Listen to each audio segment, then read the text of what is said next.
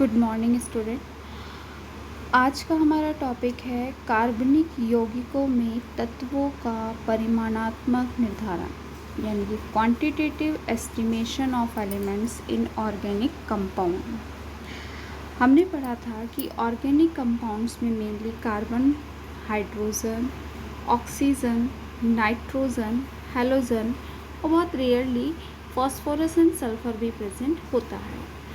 तो आज हम यही पढ़ेंगे कि किसी कार्बनिक यौगिक में इन एलिमेंट्स का कितना परसेंटेज है, हम उसे कैसे आइडेंटिफाई कर सकते हैं।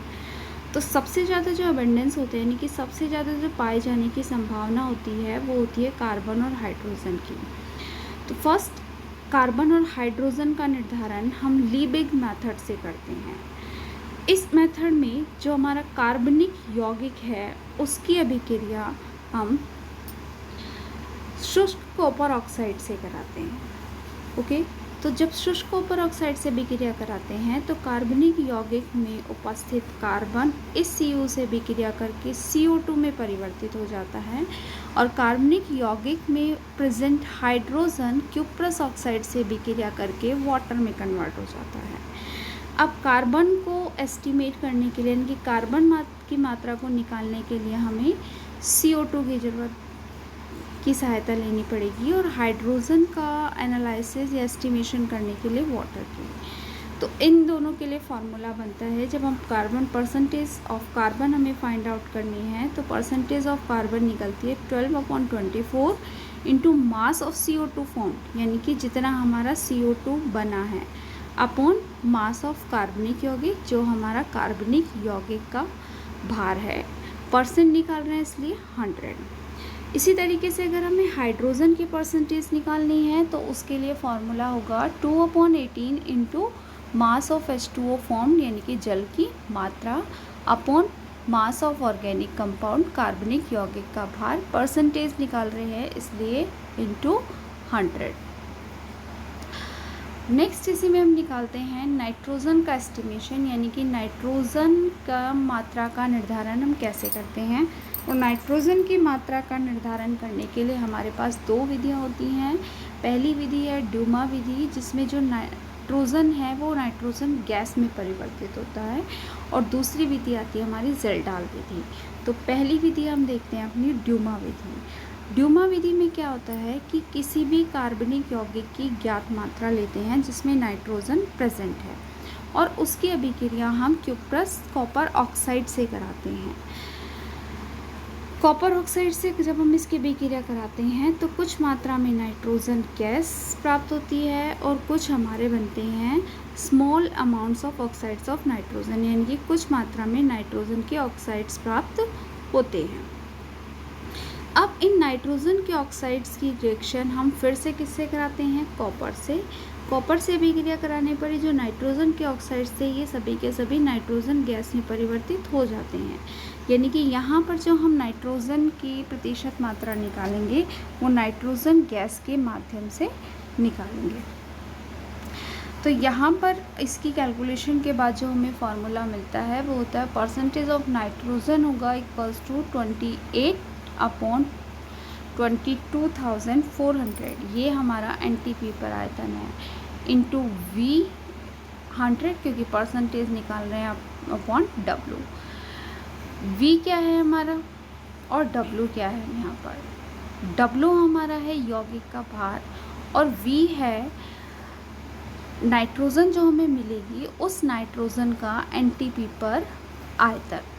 फिर जो कार्बनिक यौगिक के कंबशन से जलने पर जो हमें नाइट्रोजन मिलेगी उसका आयतन है V और W है यौगिक का भार।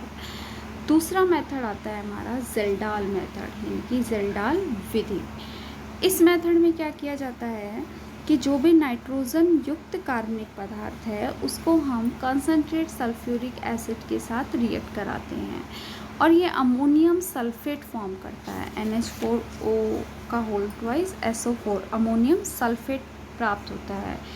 इस अमोनियम सल्फेट को हम सोडियम हाइड्रोक्साइड या पोटेशियम हाइड्रोक्साइड के साथ गर्म करते हैं तो हमें अमोनिया गैस मिलती है और इसी के साथ हमें सोडियम सल्फेट और जल की प्राप्ति भी होती है। अब इस अभिक्रिया से ये जो हमें अमोनिया गैस मिली, इसकी स्ट्रेंथ ज्ञात करने के लिए हम इसको सल्फ्यूरिक अम्ल के साथ टाइट्रेट कराते हैं या सल्फ्यूरिक अम्ल के ज्ञात आयतन द्वारा इसकी अभिक्रिया कराते हैं। तो सल्फ्यूरिक अम्ल क्या है, कुछ अमोनिया को अवशोषित कर लेगा, तो जितनी अमोनिया को अवशोषित कर लेगा उससे हमें पता चलेगा कि कितने सल्फ्यूरिक अम्ल की मात्रा ने अमोनिया को अवशोषित किया, तो अमोनिया हमारे पास कितनी है। ठीक है, जो हमारे पास शेष अम्ल बचता है उसे हम किसी क्षार के साथ टाइट्रेट कर लेते हैं, और जो हमें स्टार्टिंग में एसिड की मात्रा ली गई थी और जो बाद में शेष मात्रा बची है उसका हम अंतर ज्ञात कर लेते हैं, जिससे हमें अमोनिया की मात्रा पता चल जाती है। इससे हमारा फार्मूला हमें जो मिलता है वो मिलता है 1.4 × m × V/W। m है अम्ल की मोलरता, V है अम्ल का प्रयुक्त अम्ल का आयतन और W है यौगिक का भार। क्लियर। यहाँ पर एक चीज़ हो कि कुछ ये जो हम मेथड पढ़ रहे हैं ज़ेल्डाल मेथड, ये सभी कार्बनिक यौगिकों में नाइट्रोजन की प्रतिशत मात्रा ज्ञात करने के लिए प्रयुक्त नहीं किया जाता। जितने भी हमारे चक्रीय यौगिक हैं, यानी कि जो हमारे साइक्लिक कंपाउंड हैं जिनमें नाइट्रोजन प्रेजेंट होती है, नाइट्रोजन कंटेनिंग जितने भी हमारे साइक्लिक कंपाउंड हैं उसको, या जो हमारे एजो कंपाउंड्स हैं, एजो कंपाउंड जहाँ पर नाइट्रोजन डबल बॉन्ड की फॉर्म में प्रेजेंट होती है और वो रिंग से जुड़ी होती है, तो जितने भी हमारे साइक्लिक कंपाउंड हैं, एजो कंपाउंड्स हैं, वो उनमें ज़ेल्डाल द्वारा नाइट्रोजन की प्रतिशत मात्रा की गणना नहीं की जा सकती।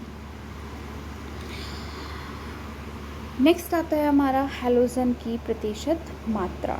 अब हैलोजन का निर्धारण कैसे करेंगे। हैलोजन का निर्धारण हम करते हैं केरियस विधि से। इस विधि में जो भी हमारा ऑर्गेनिक कंपाउंड होगा उसे हम नाइट्रिक अम्ल से ट्रीट कराते हैं।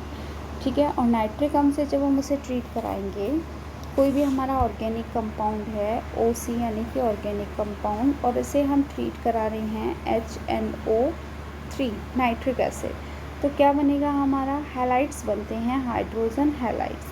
इन हाइड्रोजन हैलाइड्स को हम फिर से सिल्वर नाइट्रेट के साथ रिएक्ट कराते हैं, AgNO3। क्लियर। जब हम इन्हें सिल्वर नाइट्रेट के साथ रिएक्ट कराते हैं तो हमें AgX मिलता है, और X हमारा कुछ भी हो सकता है, X हमारा Cl भी हो सकता है, Br भी हो सकता है, I भी हो सकता है। क्लियर। तो यहाँ पर ऑर्गेनिक कंपाउंड को पहले हमने नाइट्रिक एसिड के साथ ट्रीट कराया, उसके बाद जो हमें हाइड्रोजन हैलाइड मिले उसे सिल्वर नाइट्रेट के साथ रिएक्ट कराएंगे, तो सिल्वर हैलाइड का सफ़ेद अवक्षेप हमें, सफ़ेद का अलग अलग कलर का अवक्षेप हमें मिलेगा। उस अवक्षेप को हम छान लेते हैं, सुखा लेते हैं और फिर उसका बाद में हम तोलते हैं। तो इस मेथड से हम निकालते हैं परसेंटेज ऑफ क्लोरीन, जिसके लिए फॉर्मूला आता है हमारा 35.5/143.5 इंटू AgCl का भार अपॉन यौगिक का भार, यानी कि mass of silver chloride and mass of compound into 100। Bromine का निकालना तो 80/188 into mass of silver bromide upon mass of compound. इसी तरीके से आयोडीन का 127/235 into mass of silver iodide upon mass of compound. Next percentage of sulphur. Sulphur की percentage निकालने के लिए हमारे पास फॉर्मूला होता है 32/23 into mass of barium sulphate upon mass of compound या यौगिक का भार इंटू 100। लास्ट की फॉस्फोरस का एस्टिमेशन हम कैसे करते हैं। फॉस्फोरस का एस्टिमेशन करने के लिए हम क्या करते हैं, जो हमारा ऑर्गेनिक कंपाउंड है जिसमें फॉस्फोरस प्रेजेंट है उसको हम सल्फ्यूरिक अम्ल से ट्रीट कराते हैं, तो हमें फॉस्फोरिक एसिड प्राप्त होता है। फॉस्फोरिक एसिड का हमारा फॉर्मूला होता है H3PO4। इस फॉस्फोरिक एसिड में हम अमोनियम मोलिब्डेट मिलाते हैं तो हमें पीले रंग का अवक्षेप प्राप्त होता है। क्लियर। तो फिर उस पीले रंग के अवक्षेप में हम मैग्नीशियम मिलाते हैं MgO, जिसके बाद हमें MgNH4PO4 के रूप में अवक्षेपित हो जाता है और जब ये जलता है यानी कि हीट होता है तो ये कन्वर्ट हो जाता है Mgp2O7 में।